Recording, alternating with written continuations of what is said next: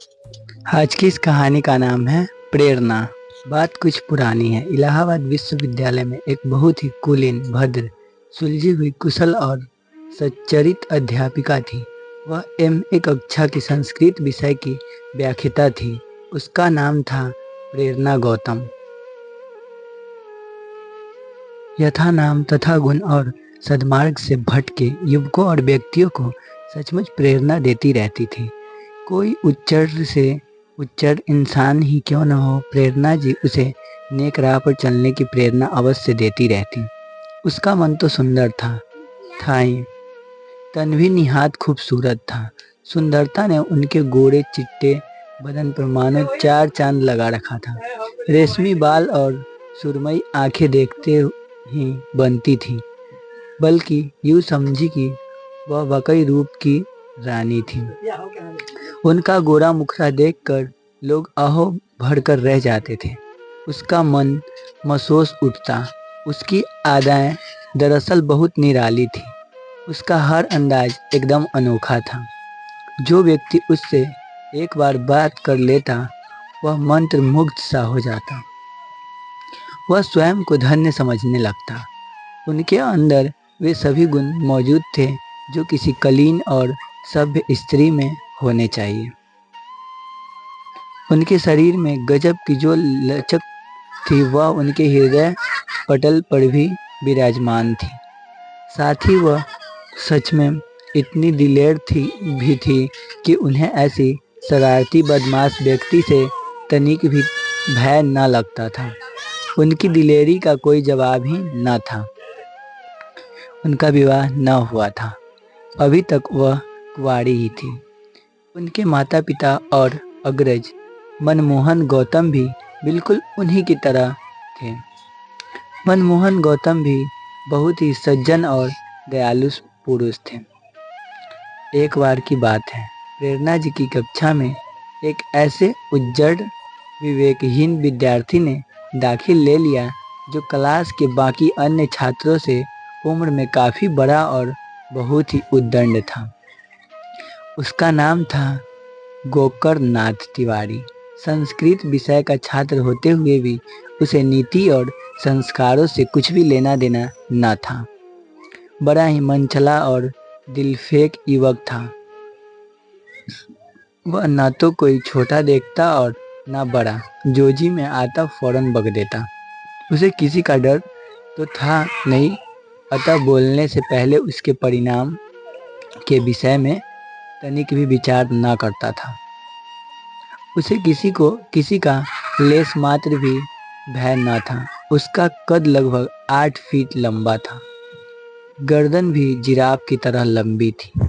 रंग बिल्कुल गोरा और बदन दोहरी थे। इतना ही नहीं, वह पहले दर्ज का बड़ा वाचाल भी था। आयु कुछ अधिक हो जाने से अपनी उम्र से काफ़ी कम उम्र के विद्यार्थी के साथ बैठकर पढ़ने में उसका मन न लगता था। संस्कार उसे छू भी न गया था। वह इतना शरारती था कि कक्षा में हरदम इधर उधर ताक झाँक किया करता था। कभी किसी बाला को घूर घूर कर निहारने लगता तो कभी किसी हसीन युवा अध्यापिका को। गोकर्ण को कॉलेज में दाखिला लिए अभी कुछ ही दिन हुए थे कि एक दिन उसकी निगाह अचानक प्रेरणा जी पर पड़ गई। वह उन्हें देखते ही अपनी सुध बुध खो बैठा। गुरु शिष्य परंपरा को भूलकर वह मन ही मन उन्हें अपने मन के आईने में उतारने लगा। उनकी नज़र कमसीन प्रेरणा जी के चेहरे पर जाकर अटक गई। मन में काम भावना उद्दीप्त होते ही वह अपने कर्म मार्ग से भटक कर रति मार्ग का अनुसरण करने में लीन हो गया। इससे गोकर्णनाथ की भूख प्यास तो मिटी गई, उसके नेत्रों से रातों की नींद भी उड़ गई। वह काम पीड़ा से अंदर ही अंदर तुषित रहने लगा। अब वह रातों दिन उन्हीं के बारे में सोच सोच कर दुबला होने लगा। अब वह मन ही मन कूट कूट कर जीने लगा। अगर उसका वश चलता तो वह प्रेरणा जी को अपने बाहुपाश में कसकर अपने सीने से लगा लेता। यह सोचते ही उसके मन में घुटन सी होने लगती है।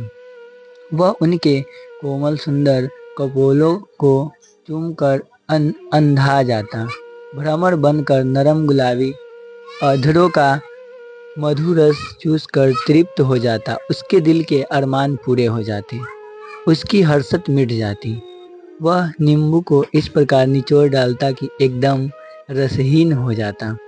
लेकिन महाविद्यालयीन अनुशासन और सामाजिक मर्यादाओं के सामने वह बहुत ही विवश था। उन पर उसका कोई जोर न था। वह अपने मन की पीड़ा किसी को बताकर दिल का बोझ हल्का करने में असमर्थ था।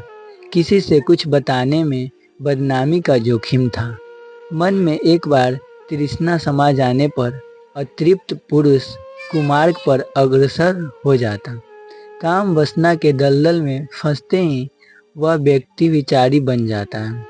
उसे फिर और कुछ दिखाई नहीं देता है। आँख होते हुए भी वह बिल्कुल अंधा हो जाता है। काम तृष्णा से व्यथित इंसान का दिल काबू में नहीं रहता है। उसे हर वक्त काम काम ही काम दिखाई देने लगता है। आखिरकार उसकी हालत ऐसी होती जाती है कि वह मानसिक रोगी बन जाता है। ऐसी ही कुछ दशा गोकर्णनाथ की हो गई। मन बेकाबू होते ही अपनी कृष्ठित के चलते गोकर्ण प्रेरणा पर डोरे डालने की असफल कोशिश करने लगा। वह हमेशा इस जुगत में लगा रहता कि सुंदरता की मूरत प्रेरणा जी को अपने वश में कैसे करूं, उसे मैं अपनी ओर किस तरह आकृष्ट करूं। अगर मुझे वशीकरण मंत्र आता तो चुटकी बजाते ही उसे अपनी उंगलियां के इशारे पर नचाता। वह प्रेरणा इन बातों से एकदम अनजान थी। उन्हें गोकर्ण की हरकतों का कुछ पता नहीं चल पाता। वह हरदम अपनी धुन में ही लगी रहती थी। उन्हें इतनी फुर्सत ही नहीं थी कि वह मसखड़े गोकर्ण की किसी हरकत पर ध्यान दे पाती।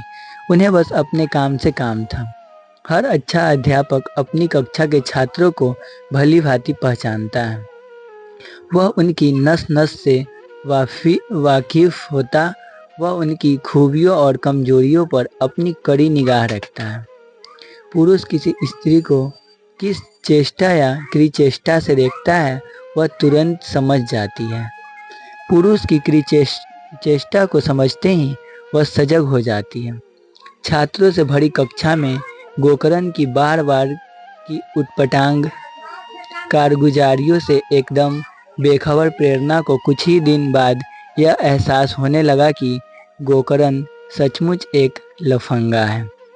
वह पढ़ने लिखने का शौकीन नहीं वरन केवल बातूनी है। यहाँ आकर यह अपना समय गुजारता है। इससे दूसरे विद्यार्थी पर भी असर पड़ सकता है। विद्यार्थी किसी दिन उसका उपहास कर सकते हैं। इससे मेरी जग हंसाई हो सकती है। शिक्षक यही कहने लगेंगे कि अपने छात्रों पर प्रेरणा का कोई नियंत्रण नहीं है। बहुत ही कमज़ोर शिक्षिका है, किंतु उन्हें यह तकनीक भी आभास न हुआ कि गोकर्ण उन्हें अपना दिल दे बैठा है। वह उन्हें बेइंतहा चाहने लगा है। प्रेरणा जी मन लगाकर चुपचाप अपना काम करती जा रही थी। नतीजा यह हुआ कि उनके प्रति गोकर्ण की फब्बितियाँ आए दिन बढ़ने लगी। वह जब ही होता उन पर छिटकसी करने लगता। वह उन्हें ऐसी नज़रों से देखता जैसे भूखे शेर की तरह अवसर मिलते ही उन पर झपट पड़ेगा। वह बार बार उन्हें चंचू निमंत्रण देकर आमंत्रित करने का यत्न करता। समय चक्र इसी प्रकार पंख फैलाकर तीव्र गति से उड़ता रहा। एक दिन की बात है, विद्यार्थी अपनी कक्षा में बैठे हुए थे कि इतने में प्रेरणा जी का एकाएक आगमन हुआ। कक्षा में उनके दाखिल होते ही गोकर्ण ठहाके मारकर हंस पड़ा। यह बात प्रेरणा को बहुत नगवार गुजरी। देखते ही देखते वह एकदम आग बबूला हो उठी। उनके तन बदन में आग लग गई। पलक झपकते ही उनका पारा 7वें आसमान पर चढ़ गया। एक बार उसके जी में आया कि लाओ इस मजनू की औलाद के गाल पर 2-4 चांटे खींचकर जड़ दूं। यह सदा के लिए अपनी आदत भूल जाए और फिर यह सोचकर कि इससे कॉलेज का माहौल बिगड़ सकता है। उदंड के संग उदंड करना जायज नहीं है। अनियंत्रित को नियंत्रित कर लेना ही बुद्धिमानी है। शिक्षक का कार्य बिगड़े को सुधारना है। मूर्ख को ज्ञान देकर उसे सही रास्ते पर लाना है। सदैव जैसे को तैसा आचरण उचित नहीं है। मन में यह विचार आते ही तत्काल अपने मन पर नियंत्रण रखते हुए बड़े संयम के साथ बोली, क्यों मिस्टर गोकर्ण, आज आपको बड़ी हंसी आ रही है, क्या बात है? इस प्रकार आपके हंसने का रहस्य क्या है? आपकी इस भौरी हंसी का मकसद क्या मैं जान सकती हूँ? यह सुनते ही गोकर्ण की सिट्टी पिट्टी अकस्मात गुम हो गई। प्रेरणा जी का कठोर वचन कानों में पड़ते ही उसकी हक्की बक्की बंद हो गई। उसके ओठ मानो सील गए। ऐसा लगने लगा जैसे वह गूंगा और बहरा हो गया है। एक चुप हजार चुप, उसके मुंह से एक शब्द भी न निकले। मारे भय के वह थरथर कांपने लगा। यही नहीं, वह अब उनसे नज़र मिलाने की जुर्रत भी न कर पा रहा था।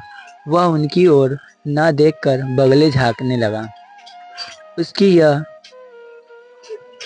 धृष्टता प्रेरणा को लेशमात्र भी अच्छी ना लगी। क्षण भर बाद वह फिर बोली, अच्छा मिस्टर गोकर्ण, जरा खड़े हो जाइए। यह सुनकर गोकर्ण शुतुरमुर्ग की भांति अपनी गर्दन जमीन की ओर नीची करके बड़ी निर्लज्जता से बोला, मैडम, जितना सब लोग खड़े होने पर दिखाई देते हैं उतना मैं बैठ रहने पर भी दिखाई दे रहा हूँ। मेरी ऊंचाई इतनी है कि आप मुझे ऐसे ही देख लीजिए। मुझे खड़े होने की कोई ज़रूरत नहीं है। उसकी जिद देखकर प्रेरणा जी शेरनी की तरह दहाड़ते हुए डपट कर बोली, मिस्टर गोकर्ण, मैंने कहा बिना किसी नानुकार के खड़े हो जाइए, वरना ठीक ना होगा। मैं पूरी कक्षा के सामने आपको लज्जित नहीं करना चाहती। मेरा इरादा आपको शर्मिंदा करने का कतई नहीं। मुझे आपसे आज कुछ पूछना है। तब डरते डरते गोकर्ण बोला, मैडम, अब अगर आप कहती है तो लीजिए, मैं खड़ा हो जाता हूँ। इतना कहकर वह गुमसुम खड़ा हो गया। प्रेरणा फिर बोली, इधर आइए मेरे पास। यह सुनना था कि हमेशा गुर्राने वाले शेर दिल नौजवान के होश हवास ही गुम हो गए। पल भर में ही उसे अपनी नानी याद आने लगी। वह सोचने लगा, हे परमात्मा, अब मेरे साथ क्या होने वाला है? यह औरत ही है या कोई बल्ला? आज यह मेरे साथ ऐसा रूखा बर्ताव क्यों कर रही है? इसकी मंशा क्या है? हमेशा मुखरने वाली देवी रूप धारण करके आज एकाएक धधकती ज्वाला कैसे बन गई? आज यह बिगड़ खड़ी क्यों हो गई? क्या वाकई मेरे सामत आने वाली है? कहने का तात्पर्य यह है कि उस वक्त उसके मस्तिष्क में तरह तरह की खिचड़ी पक रही थी। वह दुविधा का शिकार हो गया। वह प्रेरणा को कभी जीवनदायिनी अपनी प्रेयसी समझने लगता तो कभी साक्षात मृत्युदायिनी रणचंडी उसका कलेजा मारे भय के कभी कांप उठता तो कभी सोचने लगता है अब चिड़िया शायद मेरे बुने जाल में फंसने वाली है। ईश्वर की मर्जी से मेरी दाल में गलती हुई नजर आ रही है। यदि एक बार यह मेरे जाल में उलझ गई तो आजीवन मुक्त न हो पाएगी। मौका मिलते ही इसका सारा गुरूर तोड़कर चकनाचूर कर दूंगा। यह हमेशा हमेशा के लिए मेरी हो जाएगी। मेरी दासी बनकर छटपटाती ही रहेगी। मैं इसके दिल पर बेखटके खुलकर राज करूंगा। इसका रूप रंग सब मेरा हो जाएगा। यह सोचता हुआ गोकर्ण जैसे तैसे प्रेरणा के निकट पहुंचा। तब तक प्रेरणा जी ने कड़क आवाज में पूछा, गोकर्ण क्या माजरा है? आपका मन पढ़ाई में क्यों नहीं लगता है?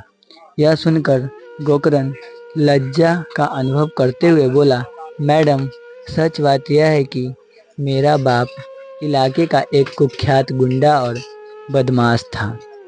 बल्कि यह कहिए कि वह एक डाकू था। वह लोगों के घरों में डकैती डालता था। उसे हमें पढ़ाने लिखाने की तनिक भी फिक्र न थी। पढ़ाई लिखाई को वह सदैव व्यर्थ समझता था। वह एक लंबी सांस लेकर बोला, मैडम काफ़ी समय बाद लूटपाट का जीवन त्याग कर सुधरने पर उसे किसी तरह हम भाई बहनों को पढ़ाने लिखाने की सुध आई। तब तक हमारी उम्र ज़्यादा हो चुकी थी। आप देख ही रही है, मेरी अन्य सहपाठी मुझसे उम्र में बहुत छोटे हैं। ऐसी स्थिति में उनके बीच बैठकर पढ़ना लिखना मेरे वश की बात नहीं है। मुझे लज्जा महसूस होती है। अब यह मेरी नौकरी करने की उम्र है, पढ़ने लिखने की नहीं। अब आप ही बताइए, मेरा मन पढ़ाई में कैसे लग सकता है? गोकर्ण की व्यस्तता सुनते ही प्रेरणा जी शांत मन से बोली, अच्छा अगर ऐसी ही बात है तो कहीं जाकर नौकरी कीजिए। नाहक की अध्ययन में अपना कीमती समय इस प्रकार क्यों बर्बाद कर रहे हैं? दूसरी बात यह बताइए कि क्या हर कक्षा में आप अक्सर ऐसा ही करते हैं? यह सुनते ही गोकर्ण ने मुस्कुराकर कहा, मैडम बाकी कक्षा में भला ऐसी हसीन चीज़ें कहाँ हैं जैसी इसमें हैं। एक बात और, आजकल कोई नौकरी इतनी आसानी से मिलती ही कहाँ है। देश में मेरे जैसे ना जाने कितने शिक्षित अभागो युवक बेरोजगार बनकर दर बदर की खाक छानने में विवश हैं। आज उन्हें कोई पूछता भी नहीं है। ऐसे में मायूस होकर वे नाना प्रकार के अपराध करने पर आमादा हैं। पढ़ लिख कर कृषि कार्य में ही हाड़ तोड़ मेहनत करनी है तो क्या शिक्षा दीक्षा का क्या अर्थ रह जाता है? शिक्षा संस्कार की जननी है। वह सबको संस्कार देकर योग्य और काबिल बनाती है। तब प्रेरणा जी गोकर्ण के व्ययमय तर्कों को अनसुनी करते हुए उत्तारतापूर्वक बोली, चिंता मत कीजिए।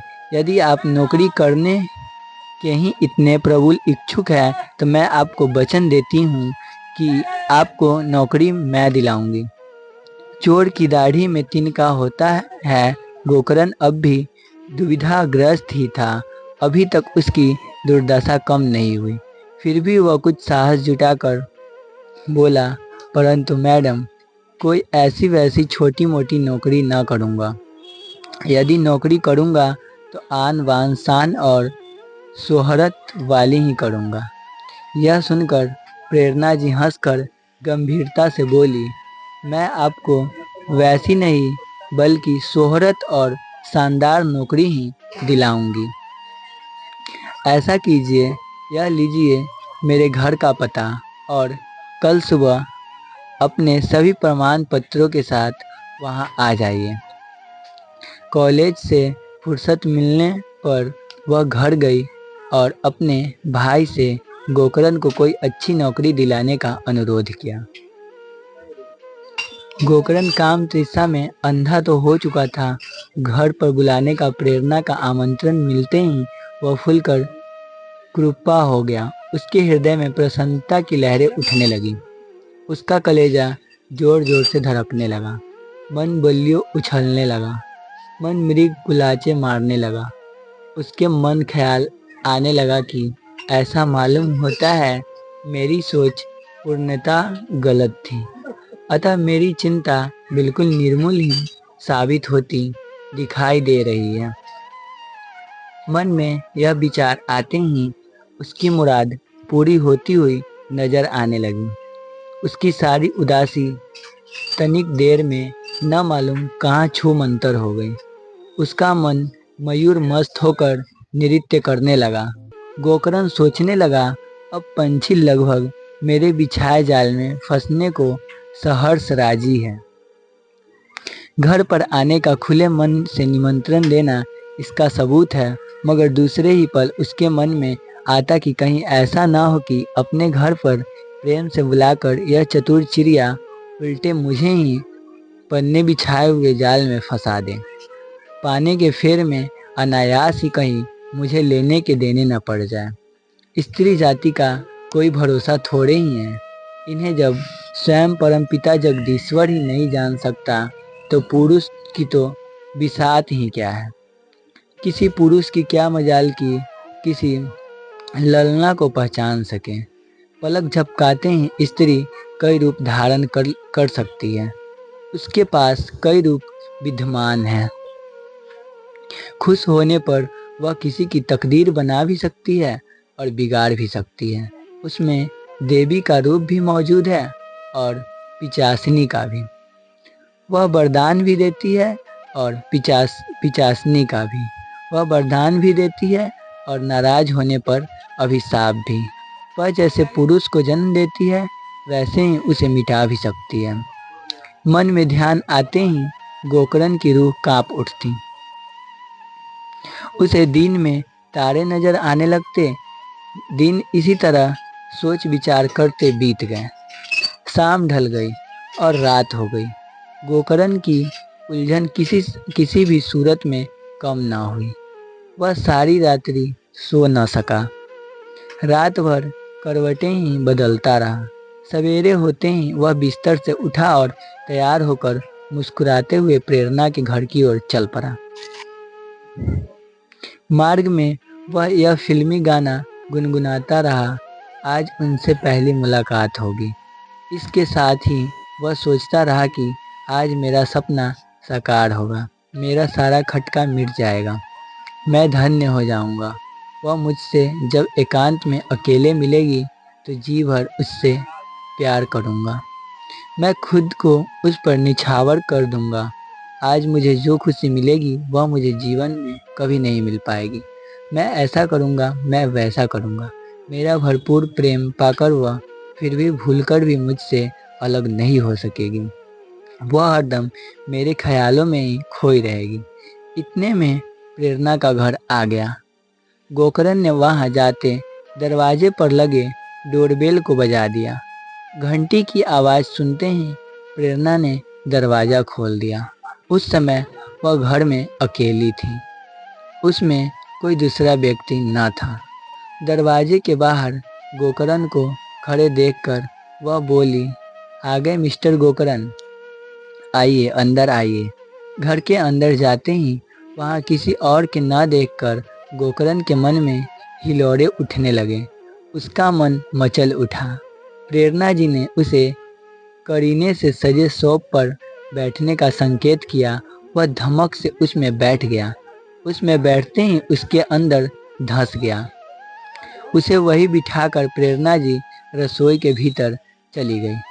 उनके वहां से हटते ही गोकर्ण पुनः अपने स्वप्नील संसार में पूर्ववत विचरण करने लगा। तब तक प्रेरणा जी एक खूबसूरत तस्तरी में चाय के 2 प्यालों के साथ तरह तरह के नमकीन और बिस्कुट सजा कर ले आई। लीजिए चाय पीजिए मिस्टर गोकर्ण। वह मुस्कुराकर बोली। गोकर्ण ने बेधड़क चाय का 1 कप उठा लिया और थोड़ी सी नमकीन मुंह में डालने के बाद चास की चुस्कियां लेने लगा। उसके मन में अभी भी वही कृचेष्टता थी। वह चाहते हुए भी कुछ उलझने में एकदम असमर्थ था। वह मानो कर्तव्योन्मुख बन चुका था। एक एक पल बिताना उसे भारी लग रहा था। तो दोस्तों आज की कहानी आपको कैसी लगी कमेंट बॉक्स में ज़रूर बताना, और चैनल पर नया हो तो चैनल को सब्सक्राइब करके वीडियो को ज़रूर से ज़रूर लाइक करें और अपने दोस्तों में शेयर करें। मिलते हैं नेक्स्ट वीडियो में, तब तक के लिए बाय बाय।